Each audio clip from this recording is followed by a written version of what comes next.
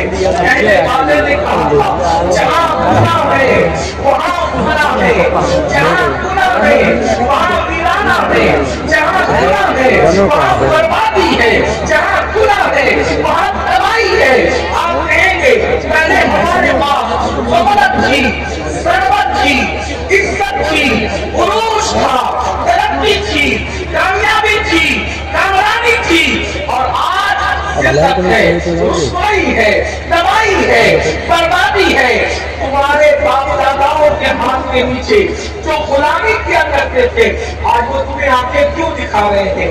اس کی وجہ یہ ہے پہلے تم رات کے وقت تہجد پڑھ کے اپنے گناہوں کو یاد کر کے اللہ کے خوف سے مصلی پر آنسو بہاتے تھے، اور اب تم رات کے آخری حصے میں نرم گدوں پہ لیٹ کر زنا کی فرق یہ ہے پہلے آپ کی آنکھیں جاگتی ضرور تھی، اگر تم اس کر سکتے ہو کر سکتے ہو۔ جی آواز آواز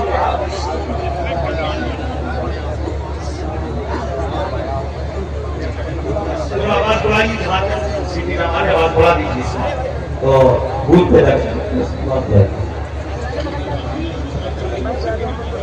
درود شریف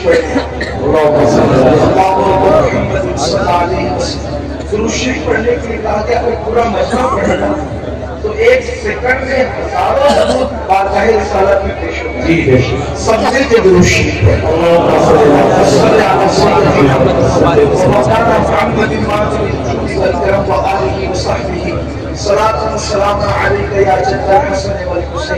اگر درود پڑھنا جانتے ہیں تو ایسا پڑھے کہ محفل گونج جائے درود شریف سے۔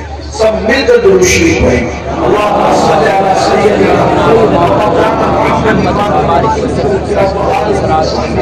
صلاۃ و سلام علیک یا رسول اللہ وعلی آلک و اصحابک یا جد الحسن والحسین۔ میں بہت طویل گفتگو کرنے نہیں آیا ہوں، آپ دھیان سے توجہ سے سن لیں۔ آپ سننا چاہتے ہیں بات تو ذرا ایک مرتبہ اور سب مل کر، ہاتھ بھی پورے نہیں ہوتے، سب سننا چاہتے ہیں کہ ذرا دیکھ لیں تو ذرا بلند آواز سے درود پڑھے، میرے کان تک کم سے کم پہنچے آواز، سب مل کے درود شریف۔ سیدنا مولانا محمد السلام علیکم صلاۃ و سلام علیک یا جد الحسن والحسین وعلی آلک و اصحابک یا جد الغوث الثقلین۔ عرض کیا کر رہا تھا، توجہ سے سنیے۔ ہم کہتے ہیں کہ 1000 سال تک ہم نے دنیا پہ حکومت کی، مالدار ہم تھے، عزتدار ہم تھے، صاحب ثروت ہم تھے، لوگ ہمارے دروازوں پر کھڑے تھے، جب تک کہ ہمارا جوان رات کے آخری حصے میں، رات کے آخری پہر میں مصلی بچھا کر اپنے گناہوں کو یاد کر کے آنسو بہائے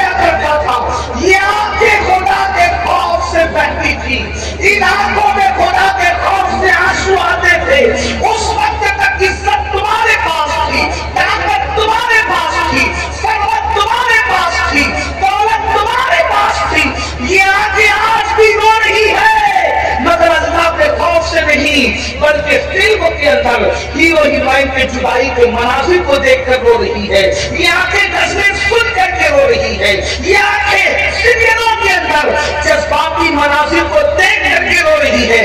جب تک یہ آنکھیں گناہوں پر روتی تھی، ان آنکھوں میں اتنی چمک تھی، دنیا میں کوئی بھائی کا نام نہیں تھا جو ان آنکھوں میں آنکھیں ڈال کر کے بات کرنے کا حوصلہ پیدا کر سکے۔ جب تک خدا کے خوف سے آنکھیں روتی رہی، اس وقت تک تمہاری آنکھوں میں کوئی آنکھ نہیں ڈال سکتا تھا۔ جب تک کہ آنکھیں اب گندی فلمیں اور شرح کی فلمیں دیکھ رہی ہے تو یہ آنکھیں کچلی جا رہی ہے، یہ سب کچلا جا رہا ہے۔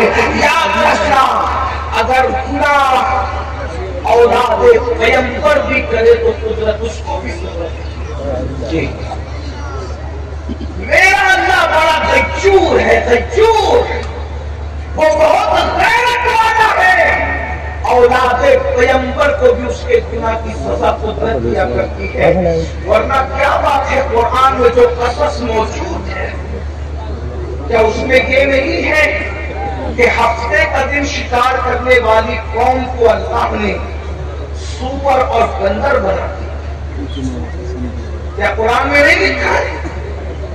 جنہیں معلوم ہے انہیں معلوم ہے، جنہیں نہیں معلوم ہے ان کو معلوم ہونا چاہیے کہ اللہ نے فرمایا بنی اسرائیل کو کہ سنیچر کے دن تم شکار نہیں کر سکتے، ہم کو کسی دن بھی منع نہیں کیا، ان کو منع کیا سنیچر کو نہیں کرنا، انہوں نے ہیلے بہانے سے کرنا شروع کیا تو اللہ نے ان کو سور اور بندر بنایا اور 3 دن کے اندر اندر ان کو مار ڈالا۔ تو جن کو اللہ نے سور اور بندر بنایا تھا وہ کون لوگ تھے؟ کون لوگ تھے پتہ ہے؟ اولاد پیغمبر۔ قرآن نے یہی تو ہمیں سکھایا، قرآن نے یہی ہمیں بتایا، اگر اولاد پیغمبر گناہ کرے تو قدرت اس کو سور اور بندر کی شکل دیتی ہے۔ اگر چشتی اور بادری کی نسبت لے کر کے کوئی سود کھائے تو کیا قدرت اس کو سزا نہیں دیتی؟ پیغمبر کی نسبت زیادہ ہے یا چشتیت اور قادری؟ ہم قادریت اور چشتیت کے مخالف نہیں ہیں، ہم خود قادری بھی ہیں چشتی بھی ہیں جی۔ آئیے بیٹھ جائیے، ہو جائے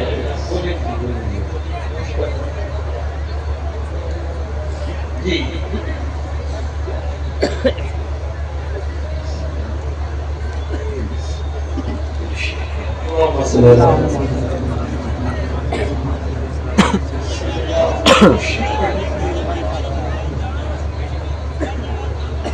جو قوم کو درود پڑھنے کا شعور نہ ہو اس قوم کو کیا؟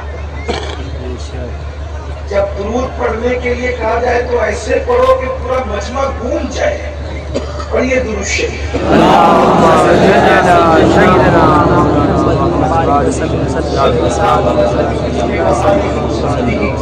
صلاۃ و سلام علیک یا رسول اللہ صلی اللہ تعالی علیہ وسلم۔ تھوڑی دیر کے لیے ہی گفتگو کرنے ہیں، تھوڑی دیر سن لیں، جو جہاں بیٹھے بیٹھنے دے، جو کھڑا ہے کھڑے رہنے دے، جو بات کرنے ہیں اس کو آپ اپنے بات ہی کر لینے دے، جو شور کرنے ہیں اس کو شور کر لینے دے۔ مقصد یہ ہے کہ جو جس مقصد کے لیے آیا ہے اس کو اپنا مقصد پورا کر لینے دے، اور اگر آپ اللہ اس کے رسول کو راضی کرنے کے لیے واضح و نصیحت سننے آئے ہیں تو آپ واضح و نصیحت سنیں۔ اگر ایک بندہ بھی میری بات سن لے اور اگر وہ عمل کر لے تو انشاءاللہ اس کے صدقے میری بھی نجات اور آپ کی بھی نجات۔ میں عرض کروں کہ چند تو بیچ میں ہم کچھ نہیں کریں گے، ایک بار پھر دروشی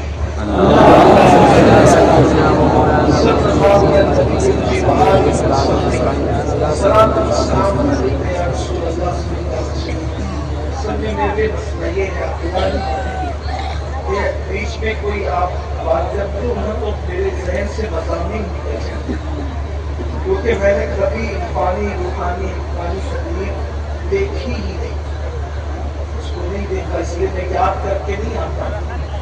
جیسا ماحول ہوتا ہے قدرت جو کہلوا دیتی ہے بس اس ماحول کے مطابق ہم کہہ کے گزر جاتے ہیں، تو جب ماحول ڈسٹرب ہوتا ہے تو مضامین ایک بار پھر درود شریف پڑھیں.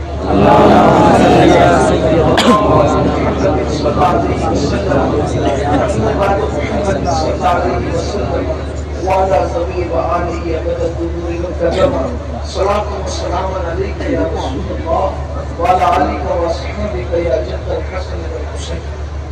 تو یہ ہمارے لیے کی بات ہے. غور فرمائیں. ہم لوگ یہ سوچ رہے ہیں کہ میں قادری سلسلے میں، چشتی سلسلے میں، نقشبندی سلسلے میں، سہروردی سلسلے میں کپڑا پکڑ کے مرید ہو گیا، اب میں چاہے جو کروں پیر کی نسبت مجھے بچا لے. لیکن قرآن ہمیں بتا رہا ہے کہ اولاد پیغمبر نے اگر گناہ کیا اور قدرت کے غضب کو چیلنج کیا تو قدرت کتنی غیور ہے. میں فیروز و برکات کا ممکن فتح دیکھی پیران اعظام کے فیوز و برکات سب ہمارا یقین ہے، بلکہ جو انکار کرتے ہیں اور ان کو جواب دیتے ہیں یوٹیوب پر ہمارے جوابات موجود ہیں. لیکن یہ بات میں آپ سے پوچھنا چاہتا ہوں، اگر قدرت نے منع کیا فرنیچر کے دن کے شکار کے لیے اور انہوں نے ہیلے سے شکار کیا تو اللہ نے یہ نہ دیکھا کہ اولاد پیغمبر ہے. اور پھر ایک اہم بات اہل منبر کی توجہ اس لیے کہ اگر میں غلط کہوں تو میری اصلاح کریں گے، وہ ضرور اصلاح کریں گے، کیونکہ منبر والوں کی معلومات میں اضافہ نہیں کر سکتا.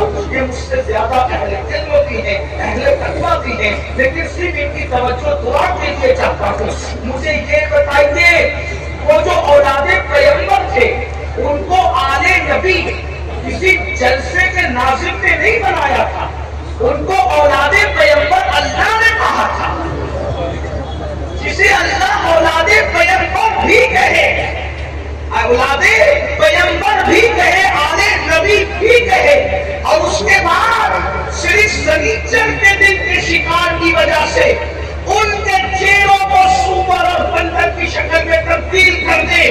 کیا قرآن کی یہ قصص ہمیں پکار کر کے آواز دے کر کے ہمارے زمین کو نہیں جھجوڑ رہے ہیں؟ جب اولاد پیغمبر سور اور بندر کی شکل میں بنائی جا سکتی ہے گناہ کی وجہ سے، تو اے ضلع کے اڈوں کو آباد کرنے والوں تمہارا انجام کیا ہوگا؟ اے نشہ کرنے والوں تمہارا انجام کیا ہوگا؟ اپنی سالیوں کو بھی پاک کی نظر سے دیکھنے والوں تمہاری آنکھوں کا انجام کیا ہوگا؟ کانوں میں ایئر فون لگا کر کے موسیقی گانے اور میوزک سننے والوں تمہارا انجام کیا ہوگا؟ مسجدوں کو بس پانچوں وقت میں ویران کرنے والوں تمہارا انجام کیا ہوگا؟ سن لو میرا اللہ غیور ہے، ارشاد فرماتا ہے اِنَّ بَطْشَ رَبِّكَ لَشَدِيدٌ، تیرے رب کی پکڑ بڑی سخت ہے. قدرت جب پکڑ کرنے پر آتی ہے تو کسی کو نہیں چھوڑا جاتا. اللہ کے بندو اپنے ہاتھ میں رحم کرو. قوم میں سے کوئی بھی اللہ کی طاقت کے مقابلے میں کوئی طاقت نہیں رکھتا. لا حول ولا قوت الا باللہ. اللہ ہی طاقت اور قوت دینے والا ہے. نیکی کی قوت اللہ دیتا ہے، نیکی کی طاقت اللہ دیتا ہے. اگر اللہ چاہے تو پہاڑوں کو پگھلا دے، اگر اللہ چاہے تو پہاڑوں کو جلا کے راکھ کر دے، اگر اللہ چاہے تو پہاڑوں کو ذرہ بنا دے، اگر اللہ چاہے سمندر کو قطرہ بنا دے، اگر اللہ چاہے قطرے کو سمندر بنا دے. اللہ کے بندو کیا سوچ کے گناہ کر رہے ہو؟ کیا اللہ نہیں دیکھ رہا ہے؟ ذرا بتاؤ تو صحیح. اپنی تباہی اور بربادی کا رونا رونے والوں اللہ رب العزت دیکھ رہا ہے. اللہ اکبر، وہ ہر وقت دیکھ رہا ہے. ارشاد فرماتا ہے خودی ان اللہ کان علیکم رقیبا، اللہ تم پر بڑی نگرانی فرما رہا ہے. واتقوا اللہ ان اللہ خبیر بما تعملون، اللہ تمہاری پل پل کی خبر رکھتا ہے، ہر پل کی خبر رکھتا ہے. ہوا معکم اینما کنتم، تم جہاں کہیں ہو اللہ تمہارے ساتھ ہے. عہد الصلاۃ کی پیر میں جا کے گناہ کرو گے اللہ تب بھی دیکھ رہا ہے. پہاڑوں کی بلندیوں پہ جا کے گناہ کرو گے اللہ تب بھی دیکھ رہا ہے. اور یاد رکھنا میرا اللہ سب کچھ گوارا کر کر لیتا ہے مگر بے حیائی گوارا نہیں فرماتا، خدا کو گوارا نہیں فرماتا۔ آپ کیا سمجھتے ہیں؟ اللہ اکبر! ارے مولانا لوگ تو ہم کو اللہ سے ڈراتے ہیں، اللہ کریم ہے، اللہ رحیم ہے، اللہ ستار ہے، اللہ غفار ہے، وہ ہمارے گناہوں کو معاف کر کے جنت میں ڈالے گا۔ ہم نے کہا کریم ضرور ہے، ستار ضرور ہے، غفار ضرور ہے، مگر جھوٹ بھی ہے۔ اگر ایک لفظ پیغمبرانہ پر جنت میں پیدا کر کے آدم کو جنت سے باہر کر سکتا ہے صرف غیرت کی وجہ سے، تو کروڑوں پاپ کرنے والوں کون سی آنکھوں سے جنت کا خواب دیکھ رہے ہو؟